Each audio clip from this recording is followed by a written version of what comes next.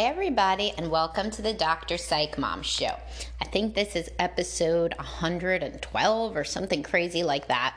Obviously, I have been churning out these podcast episodes, so if you are in favor of that and you would like them all to continue, please do subscribe. Also, then you get access to my paid episodes. The most recent one was about oral sex on women, which is the paid companion piece to my podcast on oral sex on men, which got a rousing, good reception from my male readers who said it was right on target. So if anybody was wondering if I am right or wrong about blowjobs, the answer is I'm right.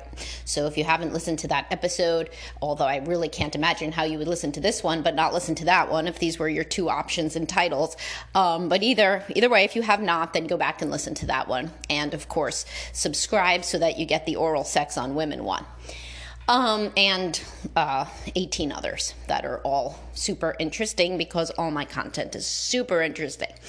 Anyway, so today I want to talk about all these women that say that women have to be young and beautiful in order for them to have any success on the dating market.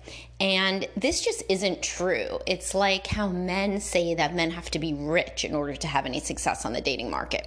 So like men who say that, women usually respond exactly as they should. They say, but what about these 1 million guys I know that make very little money, are not conventionally successful, and are sleeping with women whenever they want, right? And yeah, totally. I mean, I recorded a podcast episode about that, right? If guys think that men have to jump through all these hoops, make all this money, do all the chores, do all this shit, no, they don't.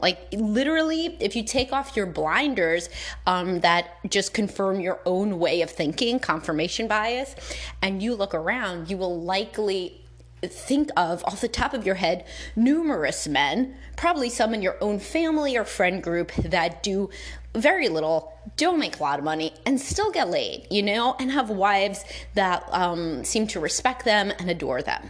So that can make you re-examine that myth that men have. The men who have low self-esteem have that, right? That you have to be all of these wonderful things in order to get women, or in order to get your wife to want to have sex with you, or whatever the case may be, but that's just not borne out by reality.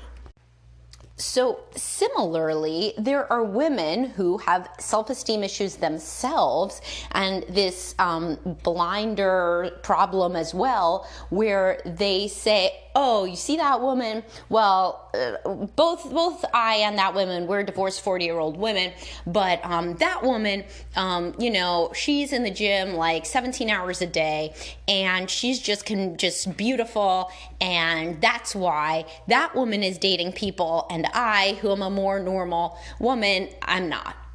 No. That woman, I'm sure she gets laid, and gets men loving her and whatever. But every woman can do that. I'm not stupid. I don't think if you're a supermodel, you have just as many options as the average Jane. But quite honestly, it's really not that dissimilar, right? Except the supermodel is going to be dating the rock stars, and the average Jane is going to be dating more average Joes. Obviously, right? I mean, that's assortative mating, right? So there's two problems going on here when women say that you need to be all of these young, beautiful things in order to get men. First off, they saw in their family of origin was very anti-male usually, and men were thought of as dogs that just cheat on women and treat them like shit, and they're so shallow and superficial, they're guided around by their dick, and so men really make the most superficial possible choices and can't be trusted to be deep or to be really a loving partner at all. So sometimes there's that background. And so this men only want young, beautiful women is like an extension of the men are all dogs thing. And then second, and relatedly, it's real hard to develop good self-esteem in a household that's very negative and is telling you negative things all the time, no matter if they're about women, men, or anything else. So many women with their own self-esteem issues, what they mean is I don't consider myself lovable, so therefore I can't imagine how somebody would love me. My body isn't perfect, so therefore I can't imagine how somebody would love me. I am not enough to elicit love unless I were to be completely different and younger, which is of course impossible, and in better shape, which may or may not be possible based on your age and your hormones and whatever, etc. And so they really say this to the point that they believe it. But often when I talk to women who say that there's no good men out there for older / not beautiful women because they're all taken by the young beautiful ones, like, really look around you. Really, like, look around you anywhere. Is all you see 40-year-old men with 20-year-old women? I mean, that's certainly not all I see. If that is all you see, I don't know where you live, right? But in any sort of normative environment, 40-year-old men are with 40-year-old women. Sometimes they're with 35-year-old women, but that's not 20. You know, the majority of men are married, and they're still married to the first woman that they were with, or they get married to somebody else who also isn't 20 years old, who's more in their same age range. Very, very rarely, in fact, in therapy, do I see men who partner after divorce with much younger women. Honestly, usually they're divorced dads looking to find divorced moms. Or they could find a woman who has no kids, but that isn't really who goes for them on the dating apps. So they are picking out of divorced moms, and they're real happy with their choices. These women are not drop-dead, gorgeous supermodels. They are just normal women.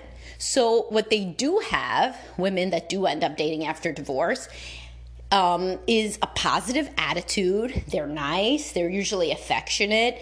And they're, they don't have horrible, negative self-esteem issues that even preclude them getting into relationships at all. And or their standards are not for something that they're not. So that's another thing that isn't really discussed by the women who say that men just want young, beautiful women. I mean, of course, sure, they'd want to sleep with like a young, beautiful woman, but do I see men remarrying women half their age? I mean, I don't practice on Rodeo Drive. Maybe it's different there, but between everywhere that I have friends, family, and clients, all the major cities that I see, this just doesn't seem to happen as much as women think. The same as it doesn't happen that women are only going for rich dudes, No, like they're not.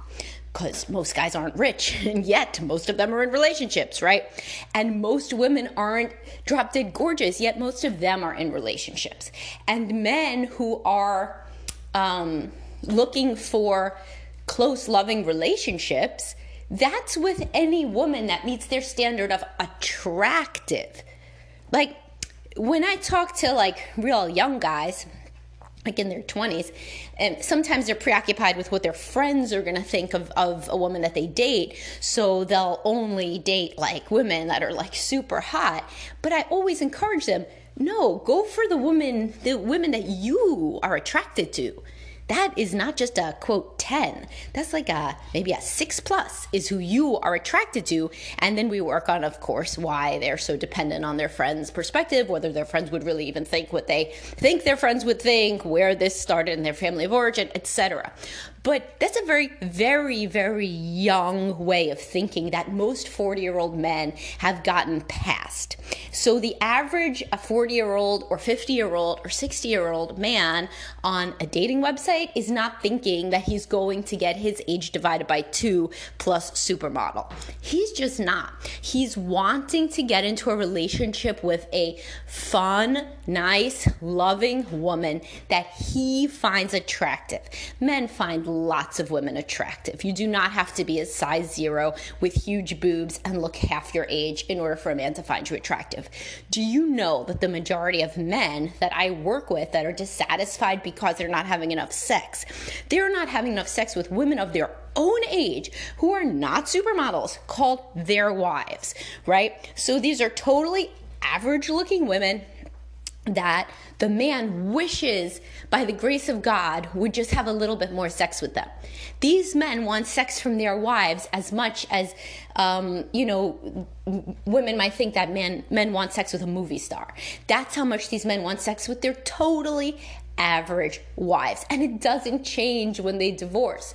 When they divorce, what they think is, I'm never going to end up with somebody who doesn't want to sleep with me again, which is, of course, a valid goal and something everybody should have on the dating market. But beyond that, I don't see them saying, and I also want somebody super young and extremely hot.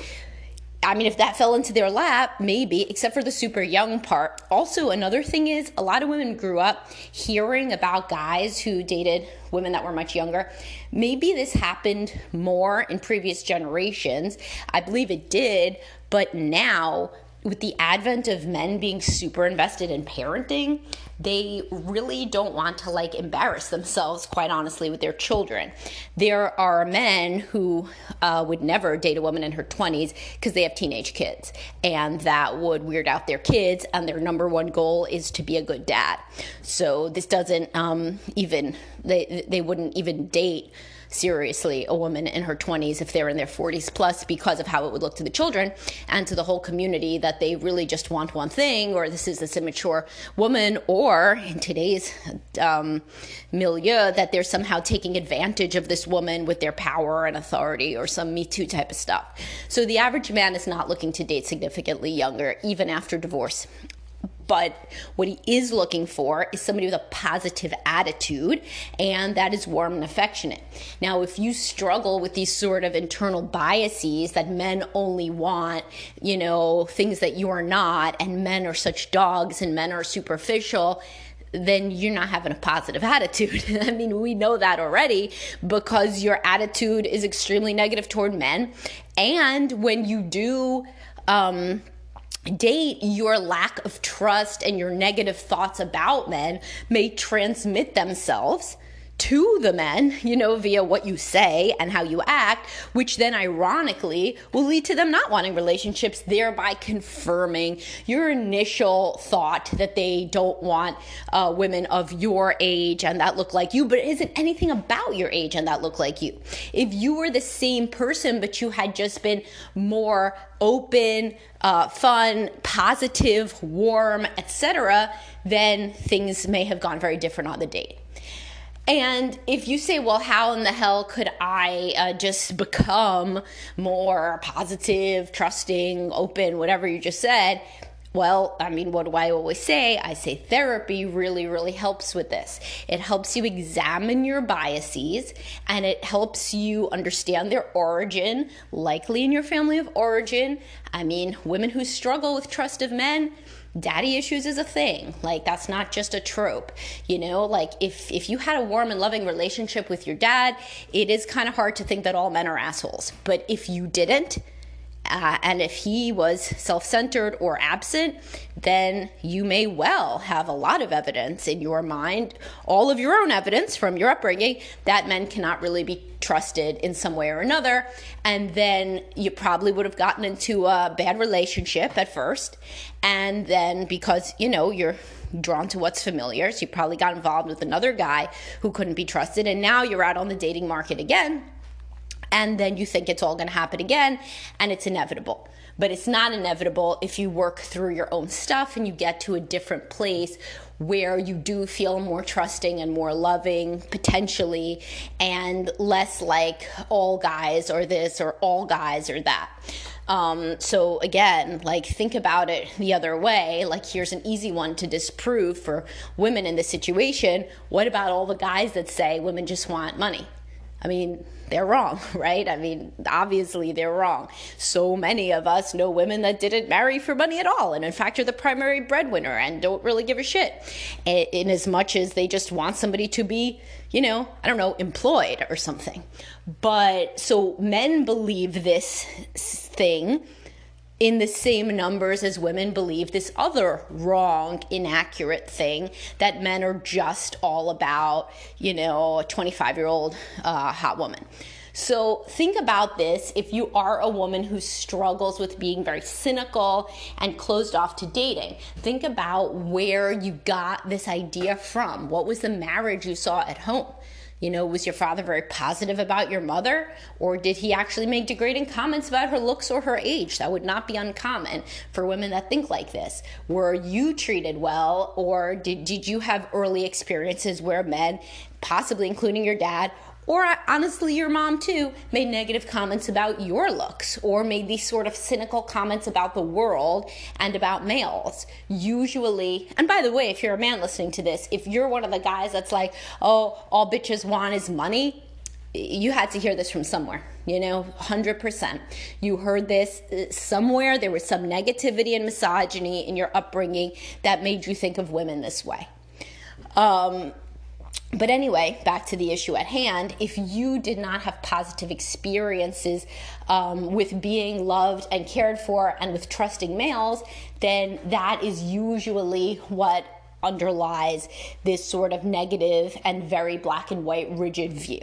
So think about this. If you are in this situation, therapy can really help you get a more realistic and accurate view of dating, men, relationships, can help you work on your self-worth and your confidence, because so many of us women who are divorced that are not supermodels find love. And forget about love, also find plenty of men that just want to date you and see if love is available. And just men who just want to, take you out and have a good time and a conversation. There's people just want to connect. That's why it's so crazy when people say this stuff like Tinder is just for hookups. Nothing is just for hookups. Literally, men propose to prostitutes. You guys, let's be real here. In any situation where people are, even if they did come together for sex, remember, when I used to watch Real Housewives a long time ago, it was Real Housewives of New York, and the one that lived in Park Slope, she met her husband through a Craigslist hookup, casual encounter. Anytime when people get together, there's always a possibility for there to be a real connection. And because people really want connection. They want it more than they want sex. They want it more than they want money. They want it more than anything. People want to be in loving connections with other people. Yes, sometimes there's some people that want to meet for casual hookup, but honestly, if they went to that and it was this awesome person, awesome sex, they were really clicked, why would they not call that person again and see what would develop? So many people's relationships have started out as casual sex.